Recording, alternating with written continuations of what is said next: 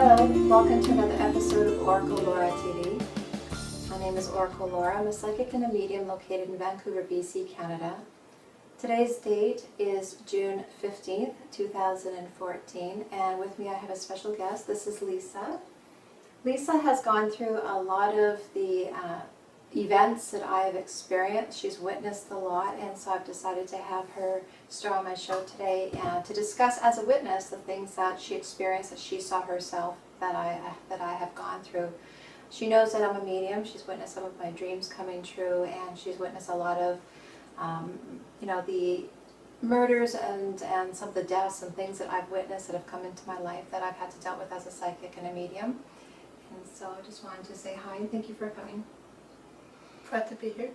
Okay, so what would you say is the most that really stands out in your mind? Because I know that you've gone through a lot with me over the years, and I'd like to just start with the one that was most shocking for you, just to start with that. Which one do you remember the most? It was probably the time that you awoke me from a terrifying experience that you experienced when watching TV by yourself downstairs. And that was the moment you turned off the television, came upstairs. When you got to the very top step, you turned off the lights, and then you heard this loud crash from downstairs. You were frantic.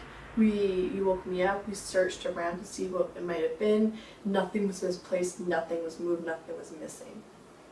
I remember that because I remember how it was so physical. I remember how loud it was, and I was convinced. To me, the most thing that I use as an example is a china cabinet. To me, it sounded like an entire china cabinet full of chinas. Yeah. And so I do remember that. I remember it happened twice, but I'm not quite sure if it was like the next day, but it was definitely within that week. I remember it happening twice. And both times, same thing, like you said, nothing was moved. Because I remember we both looked. But it sounds like there was definitely something. Yeah. And let's see, how old would you have been? Do you remember what I was about 11. 11, so that was maybe 10 years ago? So that was about 11 years ago. Yeah, 11 years ago. Yeah, so that one I do remember. And the reason why, I guess, is because it's physical, because it's a loud noise. But we had other physical things that I remember were very odd. I mean, when you're in a house, we were in a very large house, and I know when you're in a house, things are normal when it's a little bit. It settles. Yeah, like there's noises, there's coldness, there's little strange creaks. They're not like this. Well, especially because I know it happened in more than one house, and I don't know if you remember, but the house we were in before, do you remember any strange occurrences in that house? Before, I was too young for that. Do you remember the bees? I remember the bees. Okay, because I remember that. Because the whole dining room, the whole entire dining room, all of a sudden I heard this buzzing, this humming. I thought, what is that? And then it increased. It got louder and louder and louder, and I'm like, oh my god, it sounds like there's a lawnmower in the movie. Yeah. And then I open up the dining room, and the whole dining room is like this beehive. And the bees are flying around within the one room. They're nowhere else. It's almost like they came in through a crack and they just decided, you know what, we're going to stay in this room. And I remember my friend at the time, he had to go get some spray and spray the room. And then we closed the doors, and then they just all died. And I felt sad having to kill them, but it was just scary. Like, we're talking a whole hive is inside my house in this one room. Something about that So you room. do remember that. That's good. So the next house, when there was a crash, do you remember anything else? Do you remember? I remember the TV shutting on and off by itself. Very Or like freaky. every time we shut it off, it would turn back on. Especially after a scary movie. Very freaky. How about the time we were watching a movie about, it was sort of occultish in a way. It was a little bit of a scary movie. And there was a scene about a spider. Do you remember what happened seconds later? There was a We reason. saw a spider. It wasn't just that we saw a spider. It walked right in front of us, between us and the TV. Ooh, don't remind me. We stopped the TV. We wouldn't watch the rest of the movie. We were convinced it made it happen. But getting back to the house that had the crash noise, do you remember anything else? Like, what else made you convinced that there was definitely something going on in that house? Oh, the energy. There's 2 floors, and in the main floor, which felt like a basement, it was so cold. The energy was horrible. I wanted to spend at least the amount of time as possible downstairs, especially this one room. The cold It was the room. most frigid room, and the energy was way too negative for me. There's definitely a presence there. But I people, felt so uncomfortable. Like if you feel like you're being watched, it was in that room. but the thing is, people never believe in that because it could just be a cold room where maybe the furnace wasn't working properly. People they don't really associate that with a haunting, right? The thing is, spiritual or not, you still get that feeling. You can't justify that. Like you still feel that something's watching you. It's still this eerie feeling. So you don't remember any of the other things that happened? Oh, in I the do. house? I do. I don't know where to start, so I'm just throwing them at you. Start with one. That was one. The crash, okay. Yeah, the cold is another, like that presence, like definitely wasn't a poltergeist. Maybe there was more than one presence because of the crash for one thing, even though there's nothing physically moved. And then the time that we decided to put that Scrabble board in there, but they did not associate with it. Yeah, we were hoping that they would sign it or put their They name. weren't physical. I don't think it was that physical. It was obviously able to make noise, but it wasn't able to move something. At least not in the way that we saw. We weren't able to, like that crash was a sound that sounded like something had been moved, but there was nothing really moved. So obviously it couldn't really write, it couldn't send us a message, it couldn't really send anything in that way. But do you remember anything else? Well, definitely sent a lot of messages through bugs. Oh God. The time that we had the cherry tree, and this whole The summer. worms, I forgot about the worms. Oh my God. It was infested with worms. It was so... Let me tell the story. Okay. We just had cherries this whole season, just enjoyed them every way we could on pies. One day I decided to put them in some Jell-O, put it in the fridge to set. When I pulled it out a few hours later, oh my gosh. It was Ugh. worm jello. It was basically worm all of Jell-O. these little white worms just infesting the whole Jell-O. Like, oh my god. But the it- whole time. It wasn't just the worms, and I remember because I put a chair outside to sit outside for a while, and I remember leaving it outside, and then when I brought it back in less than an hour later, it was all pill bugs. You know those little bugs that they call pill bugs? It was infested with pill bugs. I only left it outside for a very short time. As soon as I brought it back inside, there was pill bugs everywhere. Never in my life have I ever lived in a house for just under a year and encountered that many experiences with different bugs. There was the time that all the ants came to the house, and they came all in. There was the time where the earbugs scared me the most because they're the most dangerous. The earwigs, yeah. The earwigs. That was gross.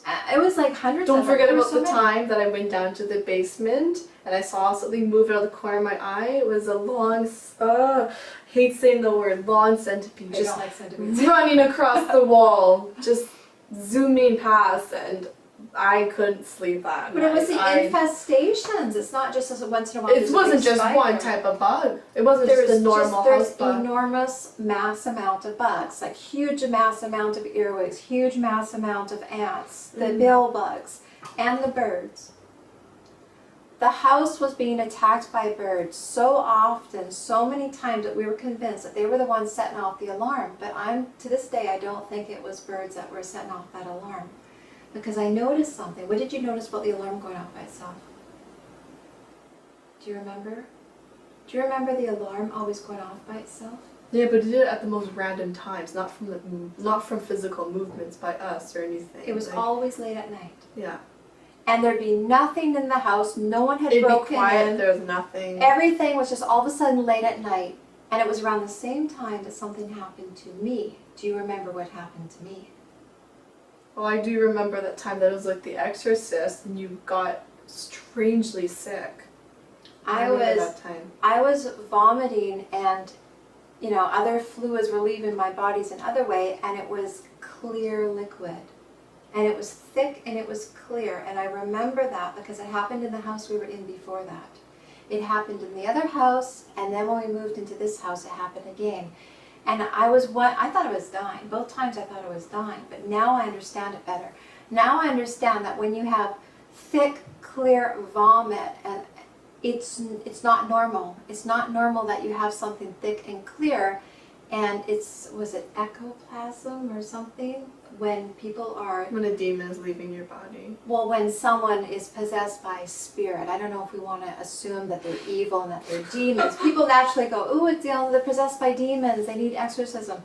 but obviously a spirit is trying to take, you know, my body so that they can use it to perhaps live again or to communicate a message. They're trying to access a body again.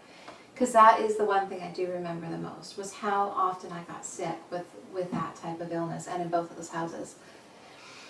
What else do you really remember about possessions or ghosts or spirits, or even when we moved from that house? What was the next thing that you remember happening in the apartment? We moved from a house to another house. Yeah, another we house, and then moved to an our- apartment building in the peaceful downtown. The one thing that stands out the most is the fact that it was a 13th floor building, and like a lot of buildings, they do not have the number 13, they skip it. But I counted, it was 13 floors. One time, remember that time we were arguing in the kitchen, we had this big fight. All of a All of a sudden, sudden, I heard this, I don't even know why this I'm upset. bam and this crash, and it turns out there was a man who jumped from the 13th floor, hitting the balconies on the way down Worse. to his death. Worse. I had left you in the kitchen because I couldn't figure out why we were arguing. I couldn't figure out why I felt so upset all of a sudden. I went into my bedroom and I saw him go past my window. You don't remember that? I was still in the kitchen.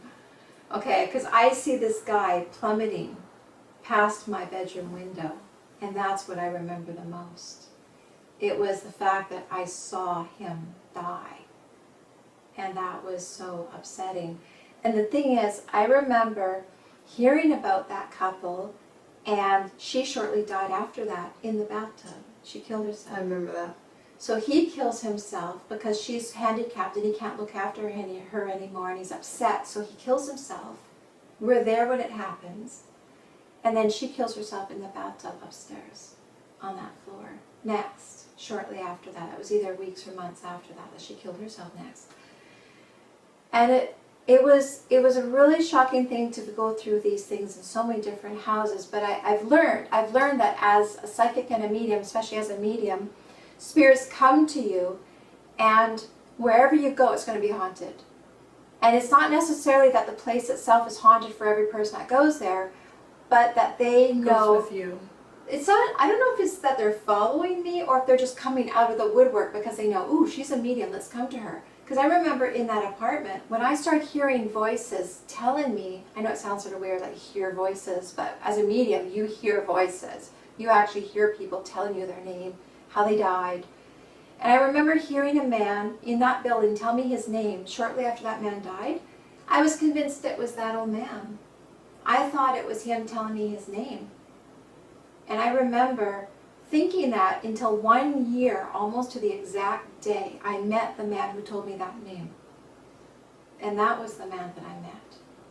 So here I am, always being contacted by spirits. So it's not necessarily that, you know, you just happen to pick haunted houses or that they're following you from place to place and it's the same spirit. It's not necessarily that, but it's the fact that you're drawing it out. You're bringing it out because they know who you are. They know that you can see them. They hear about you talking about it. They sense it. Because what was the other thing that you recall happening to me in that building, in the apartment? Do you remember in other apartments, other homes previous, I had dreams about a particular killer, but when we moved to that apartment, do you remember a particular unusual coincidence that happened about that killer in relation to that apartment? Picton? Yeah, Picton. Do you remember? I got the jury duty notice when we moved to that apartment. So here I am being contacted in 1999 and 2000 by the dead women of the Picton killings. Deceased. Yes, they're contacting me in this other apartment we used to live in when she was about, I think you were about 5. That's when it all started. And then when we moved years and years later through all these different homes and then to this other apartment, I get jury duty notice for the Picton trial, but it's not in my name. So it's almost like the spirits knew that years later I'd be living, they know the future, I guess. They know that I'm going to be moving to that apartment. And then I'm going to get jury duty notice there. That's what's so freaky, you know, like, I don't know if it's like they're following me, but just they know where I'm going to be and they know who I am and what I do. Now, my question for you is this. Do you experience these things? I did not experience as much as I witnessed you experience growing up, no. Yeah, yeah. Very minor things, but more like odd dream sequences, that's it. Like things about your friends coming true. No, things about strangers. Strangers. Mm-hmm. So you do have some. You remember I had these crazy dreams ever since I was a little girl about strangers. Weird, twisted, dark dreams that no child would normally have. And are they coming true? Are you starting to notice that you're having premonitions that things are coming true? That you think? Not yet, shall we say.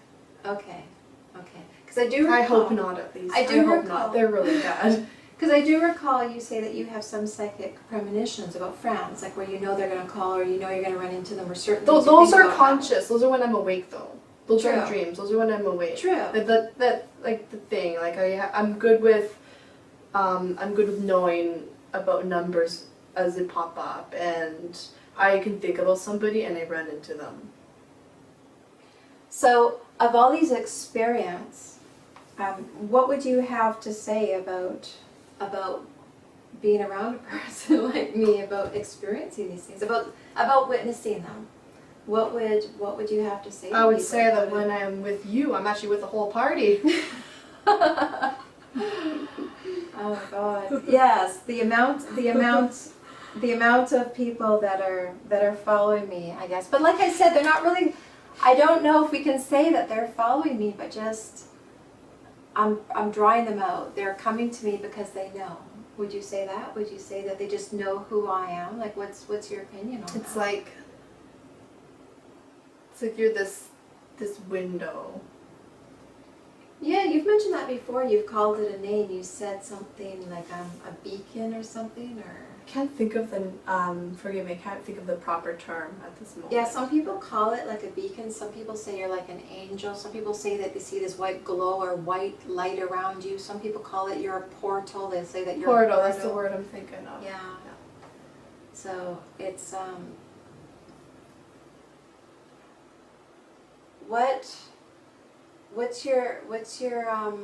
what's your opinion to other people about it, about witnessing and being around someone like me for so many years? Like, how has it affected you? Are you okay with it so far? I think you just have to learn a sense of balance within yourself and just embrace it, but also don't let it drain you. And what would you say to other people who feel that they're experiencing something similar, that maybe they're not a medium like me, but they're starting to experience strange happenings in houses and they're having hauntings, and that they're going through something like mass amount of birds or bugs or coldness or noises and crashes, things they can't explain are happening to them in their homes? Having gone through it yourself with me so many times, what would you say to them? What would you like to... Well, I think like you can't run away from something like that. You just have to learn to adapt and just work with it. And what kind of tips would you offer them? What kind of things made it easier for you to? You seem so calm. having gone through it. The same. Yeah, I mean, nothing surprises me at this point anymore. The same thing I just told you a minute ago. Like, just embrace it, but find a sense of balance. It's very important. Otherwise, you're not going to have the energy left to help everybody.